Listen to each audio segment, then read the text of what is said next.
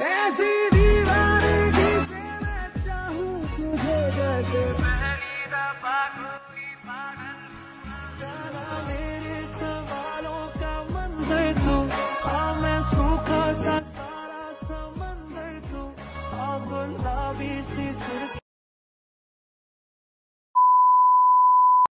আসসালামু আলাইকুম এভরিওয়ান, আমি সঞ্জনা। কেমন আছেন সবাই? আশা করছি অনেক ভালো আছেন। আমিও আলহামদুলিল্লাহ অনেকটা ভালো আছি।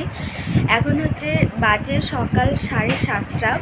আমি সকাল সকাল ঘুম থেকে উঠে পড়েছি। আজকে হচ্ছে দাদার বিয়ে, তো তার জন্য তো একটু স্পেশালভাবে সাজা চাই। তো তার আগে আমি প্রায় 5-7 দিন আগে আমি ফারজানা দিকে বলে রেখেছিলাম যে তুমি একবার আমার বাড়ি আসবে, মানে দাদার বিয়ে আছে, সেই উপলক্ষে আমি মুস্কান আমরা সবাই রেডি হব। রাত্রে মেহেন্দি তো করেইছিলাম, শর্টে দেখেছো আই থিঙ্ক। আর কালারটা আমি ভেবেছিলাম আসবে না, কারণ হাতেতে আমার অলরেডি এই রং ছিল, তার উপরে মেহেন্দি পরেছি, কিন্তু তার সত্ত্বেও ভীষণ সুন্দর একটা কালার এসেছে।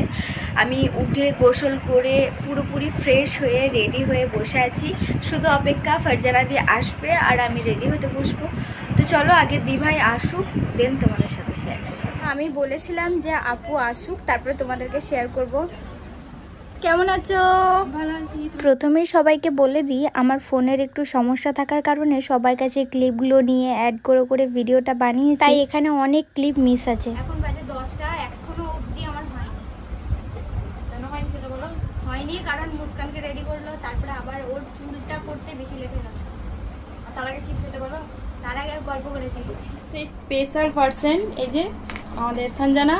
বলো সঞ্জনা, তুমি কি বলতে চাও? আমার ভীষণ ভালো লাগছে, মানে খুব সুন্দর লাগছে। আমাদের মুস্কানকেও রেডি করিয়ে দিয়েছে, তো সবাই রেডি হয়ে গেছে, বাইরে দাঁড়িয়ে রয়েছে, চাচা চিল্লা হচ্ছে আমার জন্যই। তোমরা আমি আমার ব্লগেতে বাকিটা সব শেয়ার করে দেবো ডিটেলসে, আমার ব্লগটা চেক আউট করে নিতে পারো। আর থ্যাংক ইউ সো মাচ, এত তাড়াহুড়োর মধ্যে পড়েছে। আমি অনেক তাড়াহুড়ো করে বেরিয়েছি, প্রথমেই থ্যাংক ইউ ফারজানা দি। আর এখন ফারজানা দি আমার বাড়িরই একটা মেম্বার হয়ে গেছে, আমি নিশ্চিন্তে সবকিছু শেয়ার করতে পারি। ও আমার সিচুয়েশন বোঝে।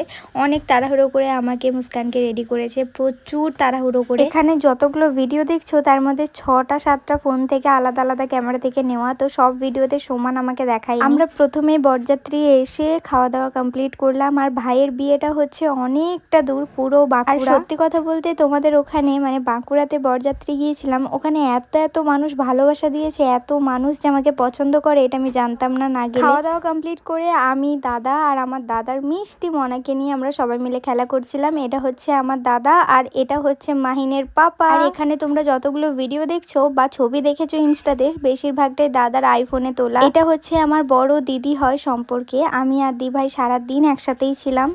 এই যে এটা হচ্ছে মাহিনের মাম্মা, আমার বড় ভাবি, আর এই দিকে বসেছিল ঝুম্পা ভাবি। সবাই এটা ছোট ভাবি। বিয়ে বাড়িতে সব থেকে বেশি মজা হয় শালিদের, এখানে সেই রকমই শালিরা সবাই মজা করছিল। এত রোদ গরম, সেই জন্য ভালোভাবে ব্লগ শেয়ার করতেই পারিনি। আমরা গিয়ে বসেছিলাম খালাদের বাড়িতে, তারপরে কখন বাড়ি এসেছি, কখন কি হয়েছে নিজেই জানি না। আমি জানি এই ব্লগটা তোমাদের কারোর ভালো লাগবে না, কিন্তু প্লিজ একটু কষ্ট করে দেখে নিও সবাই। বাড়ি এসে আমি ফ্রেশ হয়ে শুয়েছিলাম, তারপরেই বললো যে ভাই চলে এসেছে ভাবিকে নিয়ে। মাঝে মালা বদ্ধগোল বিয়ে পড়ানো, এই ক্লিপগুলো তো নিতেই পারিনি।